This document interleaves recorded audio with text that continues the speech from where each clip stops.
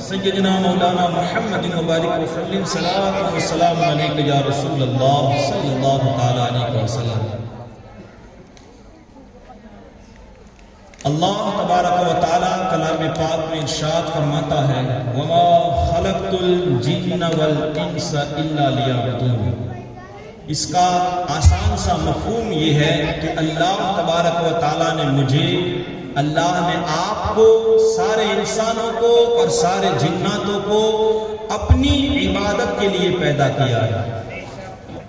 یوں سمجھتے چلیے کہ ایک انسان جب اس دنیا میں قدم رکھتا ہے، چھوٹی سی دنیا سے نکل کر کے اس دنیا میں جب وہ تشریف لاتا ہے اور اس کے سامنے نئے نئے چہرے آتے ہیں، نئی نئی تصویریں آتی ہیں، تو اس کے ذہن میں سوالات گھومنے لگتے ہیں۔ جیسے جیسے لوگ آتے ہیں اس کے ذہن میں اور سوالات بڑھتے ہیں، یہ کون ہے، یہ کیا ہے، یہ کیوں ہے۔ جیسے جیسے وہ بڑا ہوتا ہے اس کے سوالوں کے جواب اسے ملنے لگتے ہیں۔ جب وہ تھوڑا بڑا ہوتا ہے اسے بتایا جاتا ہے یہ تیری ماں ہے، یہ تیرا باپ ہے، یہ نانا نانی ہے، یہ دادا دادی ہے، یہ چاچا چاچی، یہ ماما مامی۔ اسے اپنے سوالوں کے جواب ملنے لگتے ہیں۔ اور بڑا ہوتا ہے اسے بتایا جاتا ہے یہ الف ہے، یہ با ہے، یہ تا ہے، یہ تا ہے۔ اس کے جوں وہ بڑا ہوتا ہے اس کے سوالات بھی بڑھتے ہیں، اور بڑا ہوتا ہے اس کی کیوں اس کے ذہن میں گھومتی ہے۔ یہ زمین کیوں ہے، یہ آسمان کیوں ہے، قبر کیوں ہے، حشر کیوں ہے، محشر کیوں ہے، میزان کیوں ہے، چاند سورج ستارے کیوں ہے، نہ جانے کتنی ہزاروں کیوں اس کے پاس ہوتی ہے۔ جیسے جیسے انسان بڑھتا ہے اس کی کیوں بڑھتی ہے وہ جاننا چاہتا ہے۔ یہ سب کیوں ہے المختصر، ان ہزار کیوں کے اندر ایک ایسی کیوں ہے جس کا جاننا انسان کے لیے بہت ضروری تھا، اور وہ یہ ہے اے انسان تو ساری کیوں جاننا چاہتا ہے لیکن تو یہ بھولا ہوا ہے کہ تو خود کیوں ہے۔ یہ کیوں انسان کے لیے جاننی ہے کہ تو خود کیوں ہے۔ اللہ تبارک و تعالیٰ نے تجھے پیدا کیوں کیا ہے؟ زمین کیوں ہے تجھے کیا مطلب؟ آسمان کیوں ہے تجھے کیا مطلب؟ چاند سورج ستارے کیوں ہیں تجھے کیا مطلب؟ تیرے سمجھنے کی چیز تو یہ تھی کہ تو یہ سوچتا کہ میں کیوں ہوں۔ میری بات آپ کو سمجھ میں آ رہی ہے؟ شیطان بڑا ہوشیار ہے، اس نے کیا کیا؟ بہکانے کے لیے یہ بہت اچھی چال چلی کہ چلو انسان کو ہزاروں کیوں کے اندر پھنسا دو، تاکہ جو اصل کیوں ہے اس کو جاننے سے پہلے انسان خود ہی مر جائے اور اس کو پتہ ہی نہ چلے کہ وہ خود کیوں ہے۔ اس نے بے شمار دنیا کی کیوں کے اندر انسان کو پھنسا دیا۔ اگر 50 سے زیادہ اگر وہ کیوں جان بھی لے گا تو ڈاکٹر بنے گا، وکیل بنے گا، انجینئر بنے گا، پروفیسر بنے گا، افلاطون بنے گا، جالینوس بنے گا، سقراط مقراط بقراط بنے گا، لیکن مومن نہیں بن سکتا۔ مومن نہیں بن سکتا۔ دنیا کی آپ کتنی ہی کیوں کو جان لو اس سے آپ مومن نہیں بن سکتے۔ مومن اسی وقت بنو گے جب آپ اس چیز کو سمجھنے کی کوشش کرو کہ آپ خود کیوں ہے، اور جب آپ نے سمجھا نہیں زندگی ختم ہو گئی، اور جب آپ قبر میں چلے گئے تب آپ کو پتا چلے گا کہ دنیا کی ساری کیوں تو وہیں رہ گئے، یہاں تو کوئی کیوں کام کی ہی نہیں ہے، کیونکہ وہ جگہ ایسی ہے۔ اللہ اکبر۔ مولا علی رضی اللہ تعالیٰ عنہ فرماتے ہیں کہ آج تو انسان سویا ہوا ہے، حقیقت میں آنکھ تو اس کی قبر میں جا کر کے کھلے گی۔ یہ وہ جگہ ہے۔ ہم آج جتنی تیاری کرنا چاہے اتنی کر سکتے ہیں، لیکن مرنے کے بعد ہمیں ایک نیکی کرنے کی مہلت نہیں دی جائے گی۔ حضرت عثمان غنی رضی اللہ تعالیٰ آپ اپنی قبر کو یاد کر کے بہت رویا کرتے تھے۔ لوگ آپ سے پوچھتے کہ آپ دوسری باتوں میں اتنا نہیں روتے جتنا قبر کے اوپر رویا کرتے ہیں، تو آپ ارشاد فرماتے ہیں یہ ایسی منزل ہے آخرت کی، اگر اس منزل میں بندہ کامیاب ہو گیا تو بعد والی ساری منزلیں اس کے لیے آسان ہیں۔ آج ہمارے پاس بہت وقت ہے، قبر کو ہم اور آپ کیا سمجھے؟ توجہ کیجئے گا اس بات کے اوپر کہ عائشہ صدیقہ رضی اللہ تعالی عنہ فرماتی ہیں کہ میں قبر کے عذاب سے ناواقف تھی، میں قبر کے عذاب سے واقف نہیں تھی۔ ایک یہودی عورت میرے پاس آئی اور آنے کے بعد مجھ سے کچھ خیرات مانگی، تو میں نے اسے خیرات عطا فرمائی۔ اس کے بعد وہ جاتے جاتے اس نے یہ کہا کہ اللہ تبارک و تعالی تمہیں عذاب قبر سے اپنی پناہ میں رکھے۔ آپ فرماتی ہیں کہ وہ یہودی تھی، ان کے بے شمار قول باطل ہے، میں سمجھا کہ یہ قول بھی ایسے ہی ہے، قبر میں ایسا کچھ ہوتا نہیں ہے۔ آپ فرماتی ہیں کہ تھوڑی دیر کے بعد اللہ کے پیارے رسول صلی اللہ تعالی علیہ وسلم تشریف لائے، تو میں نے حضور صلی اللہ تعالی علیہ وسلم سے پوچھا کہ یا رسول اللہ صلی اللہ علیہ وسلم، آقا ایک یہودی عورت آئی تھی، اس نے ایسا کہا کہ اللہ تعالی قبر کے عذاب سے تمہیں بچائے، اپنی پناہ میں رکھے، کیا یا رسول اللہ یہ بات سچ ہے؟ تو اللہ کے رسول صلی اللہ علیہ وسلم نے ارشاد فرمایا کہ ہاں اے عائشہ، قبر کا عذاب یہ حق ہے، قبر کا عذاب یہ حق ہے، ہر مسلمان کو چاہیے۔ سنیں اللہ کے رسول کے جملے، آقا کریم صلی اللہ علیہ وسلم ارشاد فرماتے ہیں کہ ہر مسلمان کو چاہیے کہ وہ قبر کے عذاب سے اللہ تبارک و تعالیٰ کی پناہ مانگے۔ اسی لیے تو آج ہم نمازوں میں اکثر یہ دعا کیا کرتے ہیں، اللہم ربنا آتنا فی الدنیا حسنۃ وفی الآخرۃ حسنۃ وقنا عذاب النار وقنا عذاب القبر۔ اے اللہ ہم سب کو عذاب قبر سے بچا۔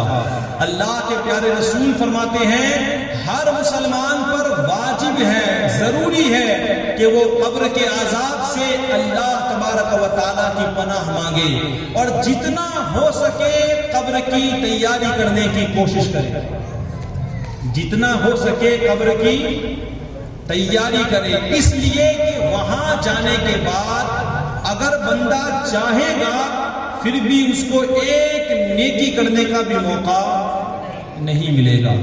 اگر وہ چاہے گا کہ اللہ بس اتنی مہلت دے کہ 2 رکعت نماز پڑھی جائے، لیکن اتنی مہلت بھی اسے نہیں ملے گی۔ وہ چاہے گا بس ایک نیکی، یا اللہ ایک نیکی کروں، اپنی زبان سے صرف لا الہ الا اللہ محمد رسول اللہ صلی اللہ تعالی علیہ وسلم کہوں، لیکن اتنی مہلت بھی نہیں ملے گی۔ یاد رکھو ہمارا رب بڑا کریم ہے، بڑا رحیم ہے۔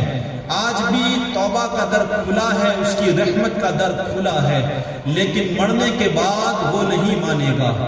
آج اس کی دہلیز پر جا کر انسان اگر اپنا سر ٹیک دیتا ہے، وہ بڑا کریم ہے، اس کی رحمت تو بار بار ہمیں پکارتی ہے، یا ایھا الناس یا ایھا الانسان ما غرک بربک الکریم، اے انسان تو لوٹ آ، تیرا رب کریم ہے۔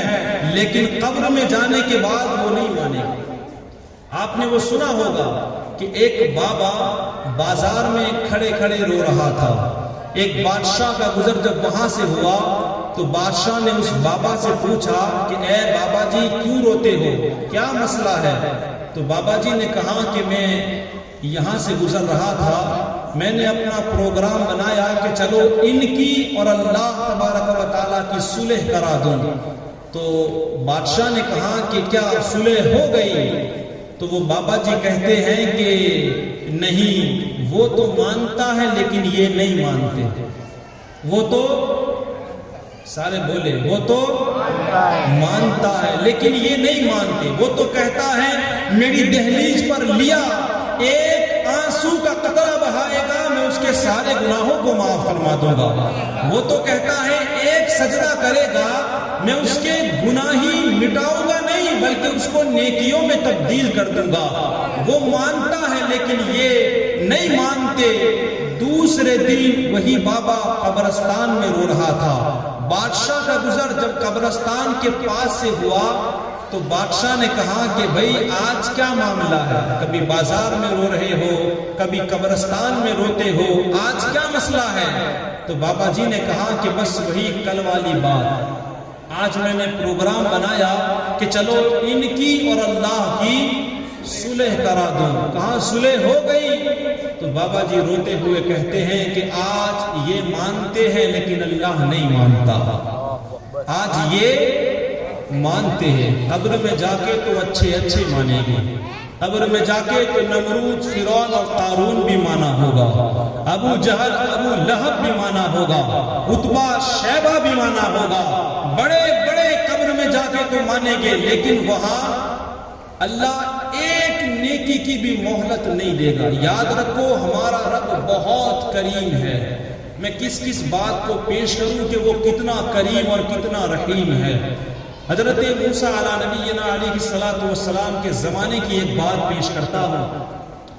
فرماتے ہیں کہ آپ کے زمانے کے اندر بارش نہیں ہو رہی تھی، تو لوگوں نے حضرت موسیٰ علیہ نبینا علیہ الصلوۃ والسلام سے جا کر کے کہا کہ حضور والا آپ دعا کریں اللہ بارش کا نزول فرمائے۔ تو حضرت موسیٰ علیہ الصلوۃ والسلام بے شمار لوگوں کو لے کر کے میدان میں نکلتے ہیں اور دعائیں کرتے ہیں، یا اللہ تو بارش کا نزول فرما، تو کریم ہے، رحیم ہے۔ جب بار بار دعا کی گئی لیکن بارش نہیں ہوئی، حضرت موسیٰ علیہ نبینا علیہ الصلوۃ والسلام نے اللہ کی بارگاہ میں کہا کہ اے مالک کیا وجہ ہے، بارش کیوں نہیں ہوتی؟ تو اللہ تبارک و تعالیٰ کی طرف سے آواز آئی کہ اے موسیٰ، جو لوگ دعا کے اندر شامل ہیں، جو لوگ مجمع میں بیٹھے ہوئے ہیں، اس میں ایک ایسا بندہ ہے جو بڑا گنہگار ہے، بڑا خطا کار ہے، آپ اعلان کرو کہ وہ بندہ یہاں سے نکل جائے، یہاں سے وہ بندہ نکل جائے۔ وہ نکلے گا تو بارش کا نزول ہوگا، اسی کی وجہ سے بارش رکی ہوئی ہے، وہ بڑا گنہگار، بڑا خطا کار ہے۔ حضرت موسیٰ علیہ نبینا علیہ الصلوۃ والسلام نے مجمع میں اعلان کیا، وہ انسان جو خود جانتا ہے کہ بڑا گنہگار خطا کار ہے وہ مجمع سے نکل جائے۔ جب کوئی نہ نکلا تو آپ نے ارشاد فرمایا میں پھر کہتا ہوں کہ وہ نکل جائے، اگر نہیں نکلے گا تو میں اللہ تبارک و تعالیٰ سے اس کا نام پوچھ کر نکال دوں گا۔ اتنا کہنا تھا کہ وہ انسان بڑا پریشان ہوا، بڑا گھبرایا، اس کے دل کے اندر خوف پیدا ہوا، اس نے دل ہی دل میں توبہ کی، یا اللہ تو میرے گناہوں کو معاف فرما، یا اللہ مجھے آج رسوائی سے بچا لے، یا اللہ تو مجھے موسیٰ علیہ الصلوۃ والسلام کے جلال سے بچا، میں سچے دل سے گناہ کرتا ہوں۔ وہ دل ہی دل میں گناہ کرتا ہے، اللہ دلوں کے رازوں کو بھی جانتا ہے۔ ہم تنہائیوں میں کیا کرتے ہیں، میدانوں میں کیا کرتے ہیں، وہ جانتا، ہم کیا سوچتے ہیں وہ بھی جانتا ہے۔ اتنے بڑے مجمع میں وہ دل ہی دل میں توبہ کرنے لگا، یا اللہ تو مجھے معاف کر دے، آج کے بعد میں کوئی گناہ نہ کروں گا۔ بس اس نے توبہ کی، ادھر بارش کا نزول ہو گیا، اور باز بلند کہے بارش کا نزول ہوا۔ تو حضرت موسیٰ علیہ الصلوۃ والسلام کو بڑا تعجب ہوا، آپ نے اللہ کی بارگاہ میں کہا کہ اے مالک ان مجمع میں سے تو کوئی بھی نہیں نکلا، ابھی تو کوئی نکلا ہی نہیں، تو بارش کیسے نازل ہوئی؟ تو اللہ تبارک و تعالیٰ کی طرف سے آواز آئی کہ اے موسیٰ، جس بندے کے لیے بارش نہیں ہو رہی تھی اسی بندے کے صدقے میں میں نے بارش کا نزول فرمایا، اس لیے کہ اس نے سچے دل سے توبہ کی ہے۔ حضرت موسیٰ علیہ نبینا علیہ الصلوۃ والسلام نے کہا یا اللہ میرا دل چاہتا ہے کہ میں بھی اس بندے کی ملاقات کروں، میں بھی اس بندے کی۔ اب دیکھیں اللہ کتنا کریم ہے اور کتنا رحیم ہے۔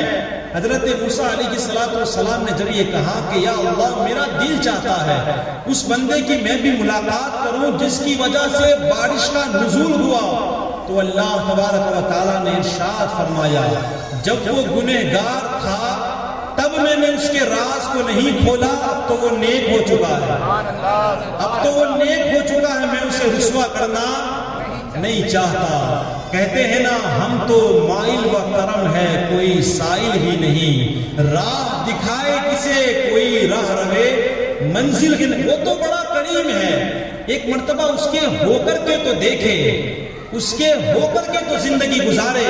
حضرت شیخ سعدی رحمۃ اللہ علیہ آپ فرماتے ہیں میں ایک مرتبہ جنگل سے گزر رہا تھا تو میں نے شیر کی بڑی ڈراؤنی آواز کو سنا، میں گھبرا گیا، میں ایک جگہ جا کر کے چھپ گیا۔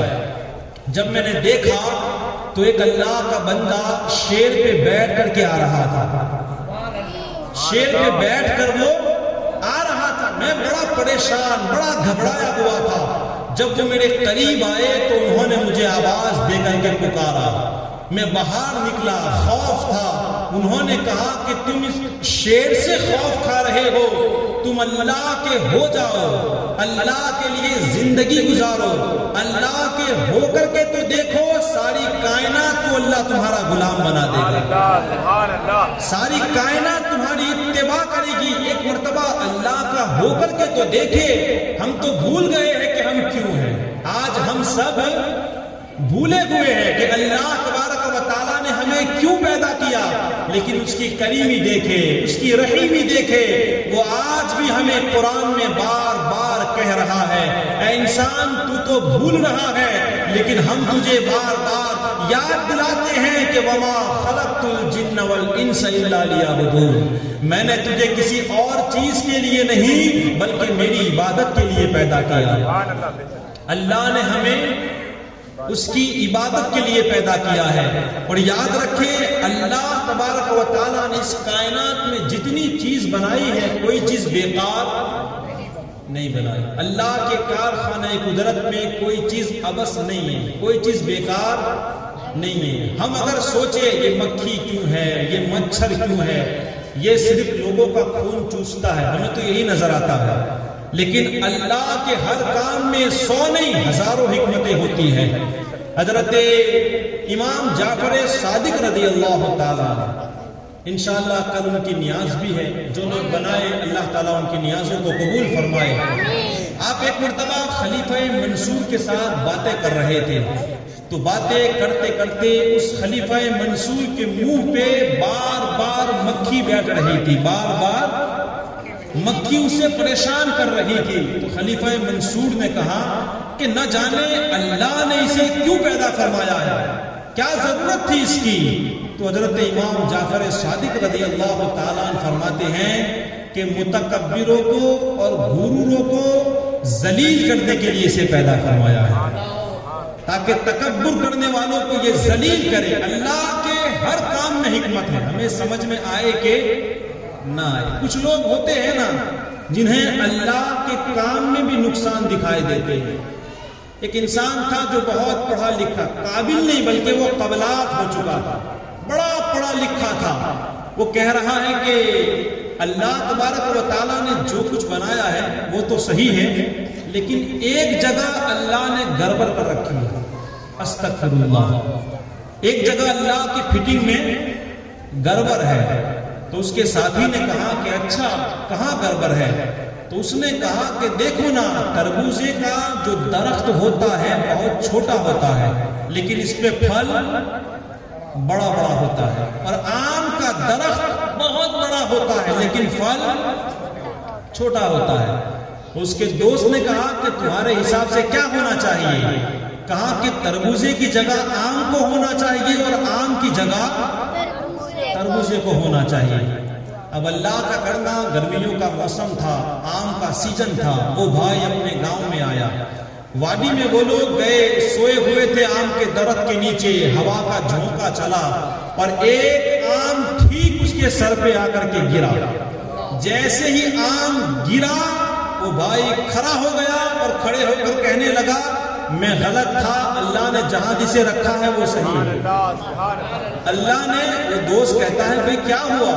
کہا کہ میں جو سمجھ رہا تھا کہ تربوزے کو اوپر ہونا چاہیے آم کو نیچے، نہیں، اللہ نے جو کیا وہ صحیح کیا، اس لیے کہ اگر آج یہ اوپر ہوتا تو آج میں نہ ہوتا۔ تو اللہ کے ہر کام میں حکمت ہے، یہ کیوں بنایا، وہ کیوں بنایا، یہ کیسا رکھا۔ یہ سوال حضرت موسیٰ علیہ نبینا علیہ السلام کے ذہن میں بھی آیا تھا۔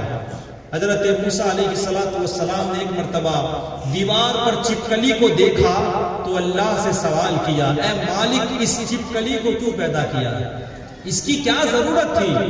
تو اللہ تبارک و تعالیٰ نے ارشاد فرمایا کہ اے موسیٰ، ابھی تھوڑی دیر پہلے اس چھپکلی نے مجھ سے پوچھا تھا کہ اے اللہ تو نے موسیٰ کو کاہے پیدا کیا، تو نے موسیٰ علیہ السلام کو کیوں پیدا کیا؟ تو اللہ فرماتا ہے اے موسیٰ علیہ السلام، جس طرح میں نے تمہیں کسی کام کے لیے پیدا کیا ہے، اسی طرح اس چھپکلی کو بھی کسی کام کے لیے پیدا کیا۔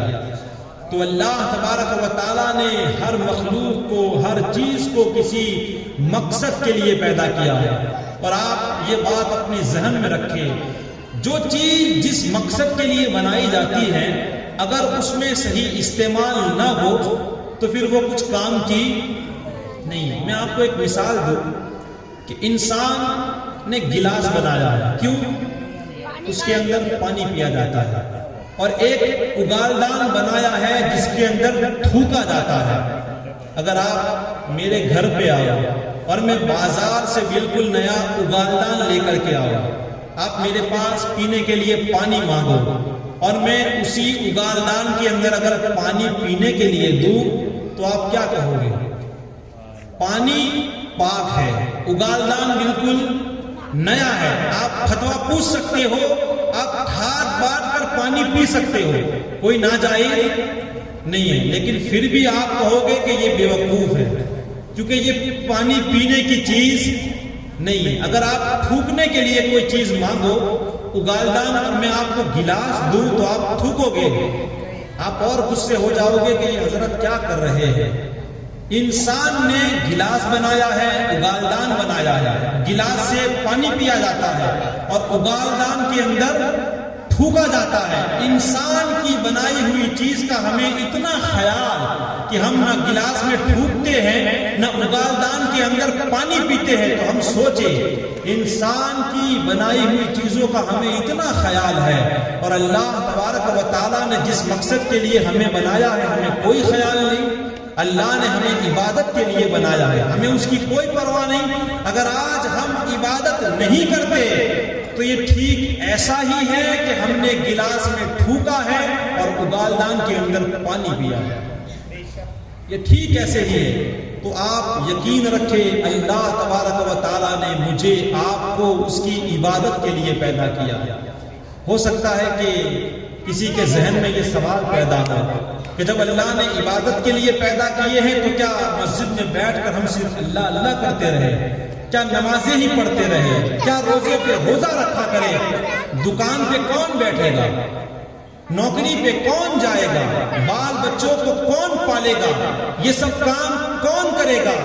تو یہ سوال وہی بندہ کر سکتا ہے جس کے ذہن میں یہ بات ہو کہ صرف نماز ہی عبادت ہے، صرف روزہ ہی عبادت ہے، جن مالک نصاب پر ہی زکوٰۃ ہے، صرف یہی عبادت ہے۔ الحمدللہ یہ سب بڑی اعلیٰ عبادت ہے، لیکن آپ میری بات کا یقین کریں، میں آپ کو یقین دلاتا ہوں مومن کا بیٹھنا بھی عبادت ہے، مومن کا بیٹھنا عبادت ہے، مومن کا اٹھنا عبادت ہے۔ مومن اگر اللہ کی رضا کے لیے سوئے تو سونا عبادت ہے، اللہ کی رضا کے لیے جاگے تو جاگنا، بس شرط اتنی ہے کہ آپ کا کوئی کام اللہ اور اس کے رسول کے قانون کے خلاف نہ ہو، آپ کا کوئی بھی کام اللہ اور اس کے رسول کے قانون کے خلاف نہ ہو، شریعت کے خلاف نہ ہو، جو بھی کام ہو اللہ کی رضا کے خلاف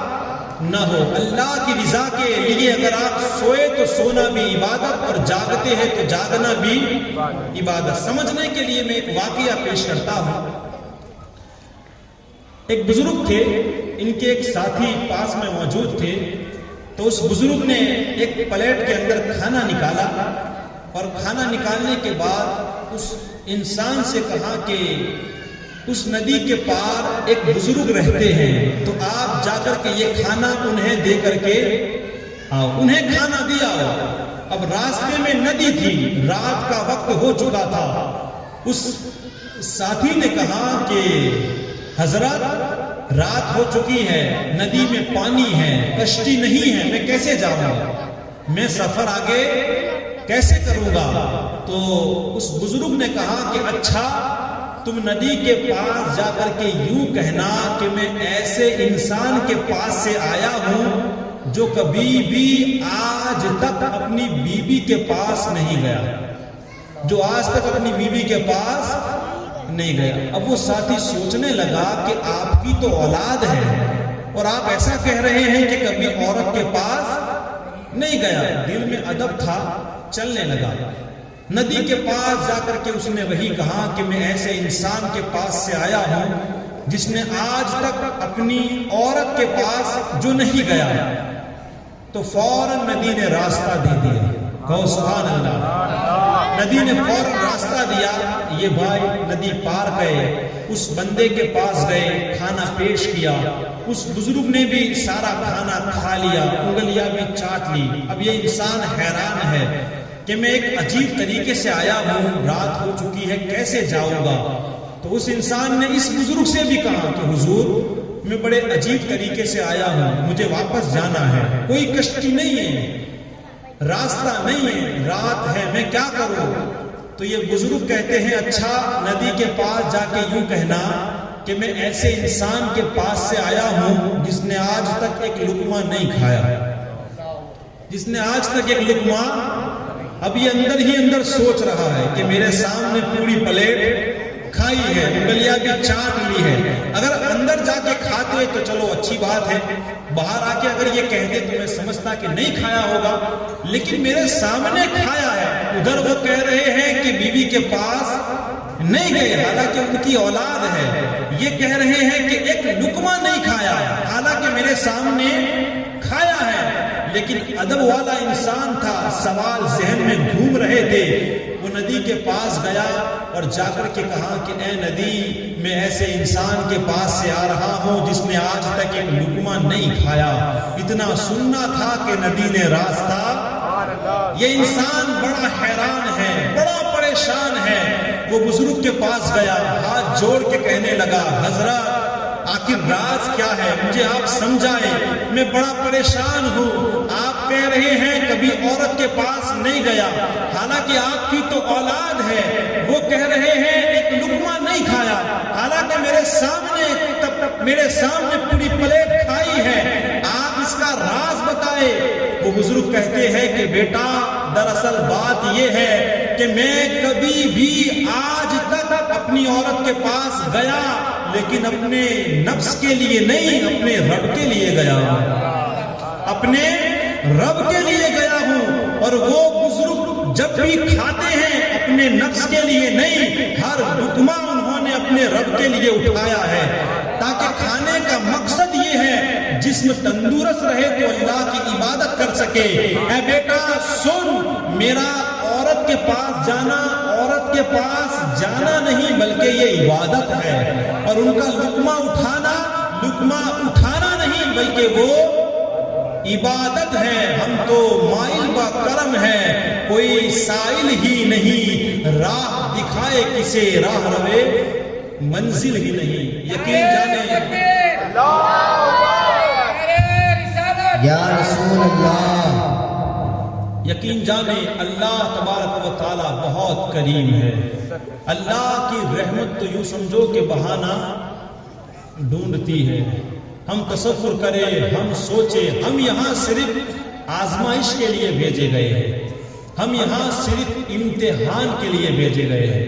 وہ کریم ہے، اس کی رحمت تو آج بھی انتظار کرتی ہے۔ سینکڑوں باتیں ہیں، میں آخری باتیں بتانے کی کوشش کرتا ہوں۔ دیکھیں اللہ کتنا کریم ہے۔ بات بڑی مشہور ہے، ایک دنیائی واقعہ اور دو آخرت کے واقعات میں سنا ہوگا کہ ایک انسان نے 99 قتل کیے، پھر وہ توبہ کے لیے چلا، اس انسان کو بھی اس نے مار دیا، 100 قتل کیے، پھر توبہ کے لیے چلا لیکن اس کو موت آ گئی۔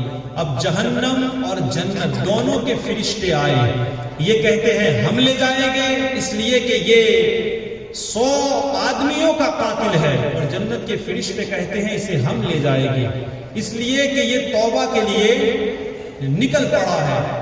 جب اللہ کا حکم ہوا، زمین ناپی گئی، تو اللہ تبارک و تعالیٰ نے جو اللہ والوں کی طرف زمین کی اسے حکم دیا کہ وہ 100 ہو جائے۔ دیکھیں اللہ کتنا کریم ہے، وہ تو ہمیں بخشنا ہی چاہتا ہے۔ اور قیامت کی میں بات کروں تو 2 انسان کو لایا جائے گا، ان کا حساب و کتاب ہو جائے گا۔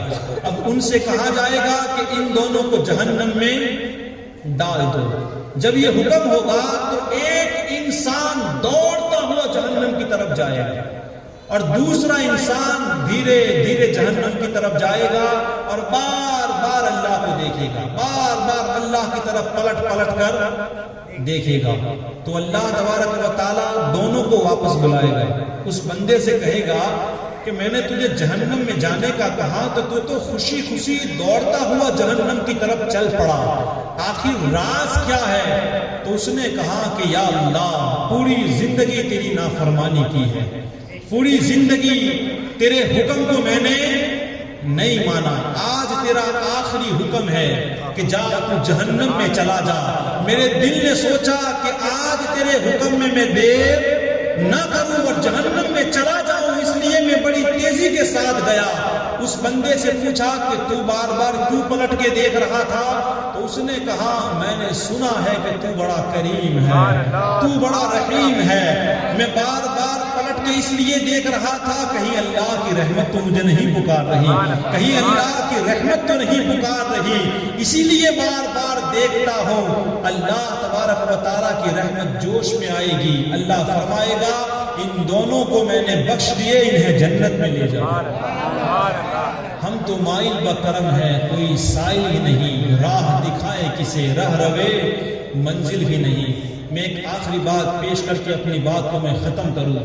یارو اللہ تبارک و تعالیٰ نے یہ زندگی ہمیں عبادت کے لیے دی ہے، اور اگر ہم عبادت نہیں کرتے تو ہمارا مقام مرتبہ کیا ہے آپ جانتے ہو۔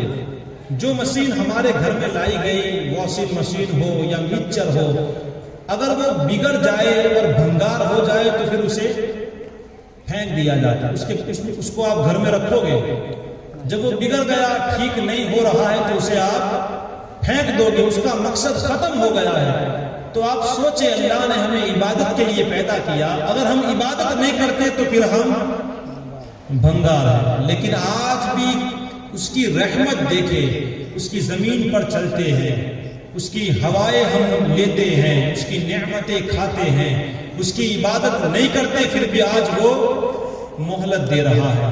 یاد رکھنا یہ جو زندگی دی ہے، ایک ایک لمحے کے بارے میں اللہ حساب مانگے گا۔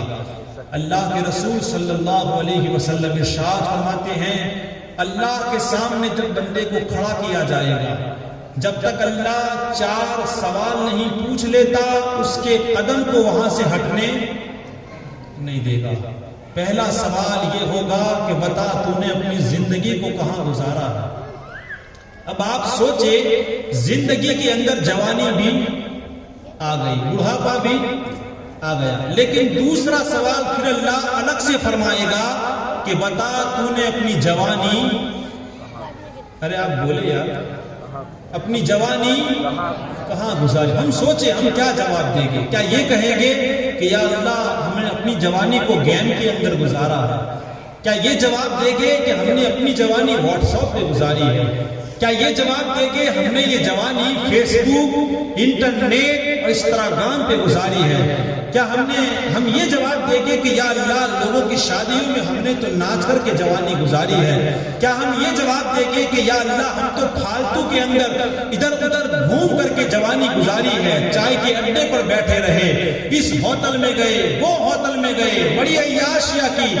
کیا یہ جواب دیں گے؟ ہم سوچیں حضرت امام جعفر صادق رضی اللہ تعالیٰ جب آپ اس طرح تقریر فرماتے تو آپ مجمع سے کہتے اے لوگو ایک وعدہ کرو ایک وعدہ کرو کہ اگر میری شفاعت ہو گئی تو میں آپ کو بخشواؤں گا، اور اگر آپ بخشے گئے تو آپ مجھے بخش گئے۔ تو لوگ کہتے ہیں کہ آپ کا مقام تو اتنا بڑا ہے، آپ کے بابا امام باقر، ان کے بابا امام زین العابدین، ان کے بابا امام حسین، ان کے بابا مولا علی، اتنا بڑا مقام، آپ ایسی باتیں کیوں کرتے ہو؟ تو آپ فرماتے ہیں کہ ایسے اعمال لے کر جانے سے مجھے اللہ کے رسول کی بارگاہ میں بڑی شرم محسوس ہوتی ہے۔ آپ سوچیں کہ یہ ہمارے اعمال کیا اللہ کے رسول کو دکھانے لائق ہے؟ اللہ کا شکر ہے کہ اللہ نے ہمیں انسان بنایا ہے، بڑی عزت بخشی ہے۔ اللہ نے جن پہلی آیتوں کا نزول کیا، اقرأ بسم ربک الذی خلق، تو خلق کے اندر ساری مخلوق کا ذکر ہو گیا، لیکن اللہ نے الگ سے فرمایا خلق الانسان۔ اللہ کو بڑا ناز ہے، کہیں اللہ فرماتا ہے والتین والزیتون وطور سینین وہذا البلد الامین لقد خلقنا الانسان فی احسن تقویم۔